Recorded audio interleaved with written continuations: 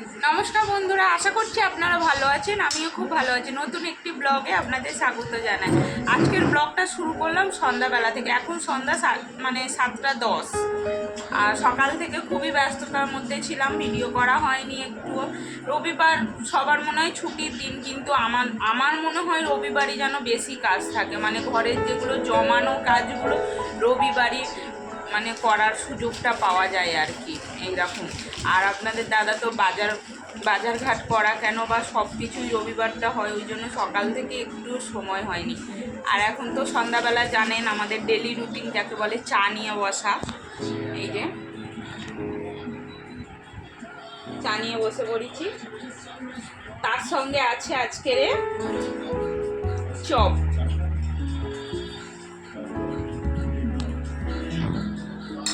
বাড়িতেই এমনি নর্মাল কিছু দিয়ে মুড়ি বা যা হোক টিফিন করা হয়।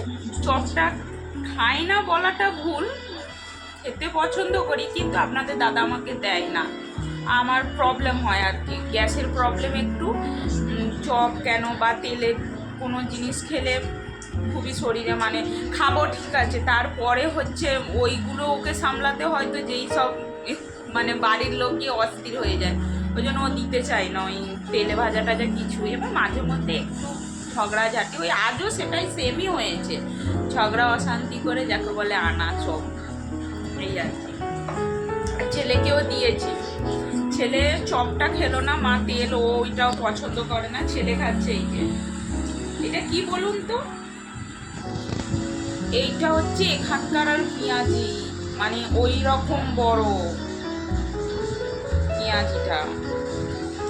আর আমি এইদিকে এসে চপ পেঁয়াজির টেস্টটা কিন্তু খুবই সুন্দর, খুবই ভালো, আমার ভালো লেগেছে মোটামুটি।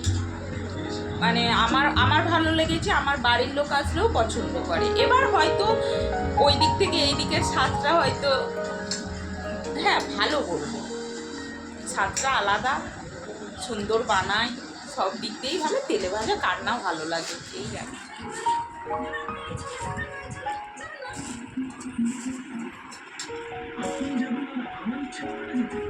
সবাইকে নিচেতে চেয়ারে বসিয়ে দিই, দিয়ে আমি ওপরে বসি। এটা হলো আমার খুব ফেভারিট জায়গা, এখানে হেলান দিয়ে বসে আমার খেতে খুবই ভালো লাগে। তা বলে সব কিছু খাই না, শুধু এই টিফিন একটুখানি। অনেকে বলে খাওয়াটা ঠিক না, সত্যিই ঠিক না। জানো মা ওখানে বসে ভাতও খায়। আমার শরীর অসুস্থ, তারপর আমাকে খানো হয় ভাত। বল কিছু না, সবসময় দুপুরবেলা করে খাবে, মানে রাত্রিবেলা করে খায়। আন্দাজ খান খাই না। ব্যাস। তো বন্ধুরা দেখতে পাচ্ছেন এখন আমি রান্নাঘরে চলে এসেছি। একটু আগেই অর্চনা গল্প করেছিল আপনাদের সঙ্গে, চপ মুড়ি খেলে গ্যাস হয়ে যায় বলে ওর সঙ্গে ঝগড়াঝাটি করতে হয়, তারপরে চপ নিয়ে আসলেও খায়। তো সেটা সত্যি, আজকে চপ মুড়ি খেয়ে ওর গ্যাস হয়ে গেছে, শরীর খারাপ করে ফেলেছে, পেটে ব্যথা হচ্ছে। হ্যাঁ, তো রাত্রে ডিনারের জন্য আমাকেই রান্নাঘরে ঢুকতে হলো। দেখি কতটা কী করতে পারি।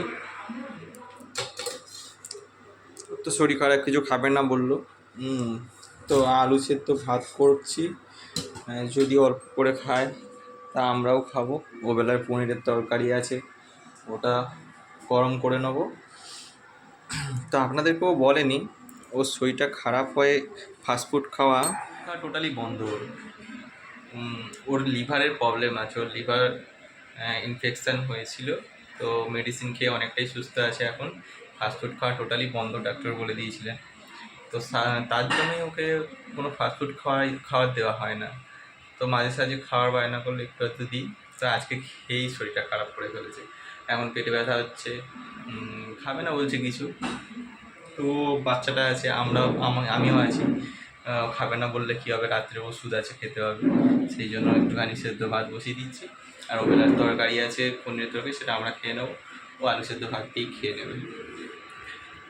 দেখা দেখুন চপ খাওয়ার পর অবস্থাটা দেখুন কী হয়েছে। এদিকে লাগাও, পেটে ব্যথা হচ্ছে এখনো? হ্যাঁ, কী খাচ্ছ? গরম ভাতে গরম ভাতে জল ঢেলে খাচ্ছ? চপ নেবে একটা? হ্যাঁ না, একটা চপ নিয়ে আসি, আরও আছে এখন। চপটায় তেল ছিল। তেল ছিল?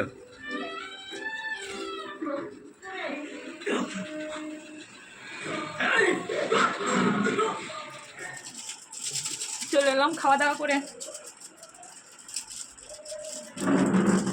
কি চপ খেলাম, পুরো শরীরটাই আমার একদম পাকিয়ে দিচ্ছে। আর একটা জিনিস দেখাই, বলছিলাম না আপনাদের দাদা আমার শরীরটা খারাপ হতে তেল লাগিয়েছে। এই দেখুন, দেখতে পাচ্ছেন কি? কারণ ভালো করে দেখাচ্ছি। এই যে এই তেলটা আমার মা মানে শাশুড়ি মা বানিয়েছে।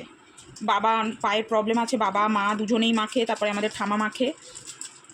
আমার দিদি শাশুড়ির কথা বলছি আর কি। আর আমার ওই ঠান্ডা ঠান্ডা লেগে যায় ছেলের, ওই জন্য মা একটু আবার এইরকম ছোটো একটা এতে করে আমাকে দিয়েছে, যাতে আমারও কোনো ঠান্ডা ঠান্ডা লেগে গেলে মাখি। কিন্তু কীরকম গন্ধ বাবা, কী সব দিয়ে তৈরি জানি না, আপনাকে দেখাচ্ছে। আর এই দেখুন, এটা হচ্ছে রাত্রিরে খাবার পরে মানে রোজকার নিয়ম আর কি। বিছানা ঝাড়া হয়ে গেছে, এবার শুধু বালিশগুলো পেতে শোয়ার অপেক্ষায় আর কি। ঠিক আছে।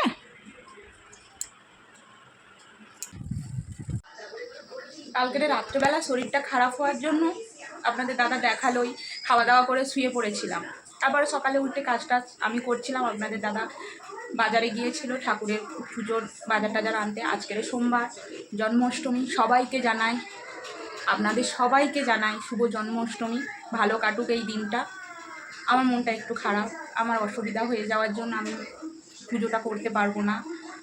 তবুও যতটা আপনাদের দাদা আর কি পারে সেইভাবেই করে দেবেই। মনটা খারাপ, অনেক কিছুই প্ল্যান করে রেখেছিলাম, তো কিছুই করতে পারবো না। আর এখন স্নান হয়ে গেছে, স্নান করার পরও দেখছেন ঘেমে গেছি। এই মাত্র স্নান করে এলাম। আর আজকের তো নিরামিষ রান্না হবে, কি রান্না করা যায় দেখা যাক। পনির কালকেরই আপনাদের দাদা এনে রেখেছে, এখন দেখা যাক কি করা যায়, তারপরে দেখাবো। আপনাদের দাদা ঠাকুর ঘরে ঢুকেছে আগে, তার আগে আমাদের মন্দিরটা ধুইয়ে দিয়ে মানে ধোয়ানো হচ্ছে আর কি। বর্ষাকালে তো চারিদিকেই তুলসী গাছ বা ফুল গাছ লাগানো আছে, পুরোটাই একদম পাতা টাতা পড়ে পুরো ভর্তি হয়ে থাকে, সেগুলো পরিষ্কার করলো। বললাম না কি রান্না করব আজকে নিরামিষ। এই যে এখানে আলুর দম হবে, আলু সিদ্ধ হচ্ছে। আর এখানে এটা গোবিন্দভোগ চাল ইয়ে হবে, বাসন্তী পোলাও করবো একটু। এই যে কিশমিশ, কাজু আর পনিরের তরকারি হবে। ভিডিওটা তাহলে এখানেই শেষ করছি। যদি ভালো লেগে থাকে তাহলে লাইক, কমেন্ট, শেয়ার আর সাবস্ক্রাইব করে দেবেন। আর দেখা হবে নেক্সট ভিডিওতে। জন্মাষ্টমীর ব্লগ নিয়ে আসছি। আর সবাইকে আবারও জানাচ্ছি শুভ জন্মাষ্টমী, সবার খুব ভালো কাটুক।